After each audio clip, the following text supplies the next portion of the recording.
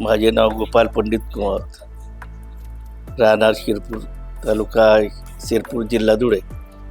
मी गेल्या 7 दिवसापासून या रायते पाटील हॉस्पिटलमध्ये माझे कमरे दुखणे, पाय दुखणे, पायाला मुंग्या येणे, पायाला सूज येणे, अशा प्रकारचं मला त्रास होत होता. सदर त्रास हा येथे आल्यानंतर पहिल्या दिवसापासून पहिल्यांदा त्यांनी व्यायाम दिला. 5 प्रकारचा व्यायाम मला देण्यात आला.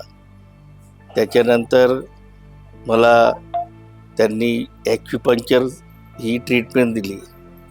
त्याच्यानंतर स्वेदन किंवा मसाज केली. मसाज व ऑइलिंगच्या सहाय्याने कमरेला आणि पायांना त्यांनी मसाज केली आणि त्याच्यानंतर वाफ दिली. परंतु सदर या ठिकाणी जे कर्मचारी आहेत, काम करणारे सेवेकरी आहेत, डॉक्टरांसह सर्व प्रामाणिकपणाने काम करताना मला आजपर्यंत आढळून आलेले.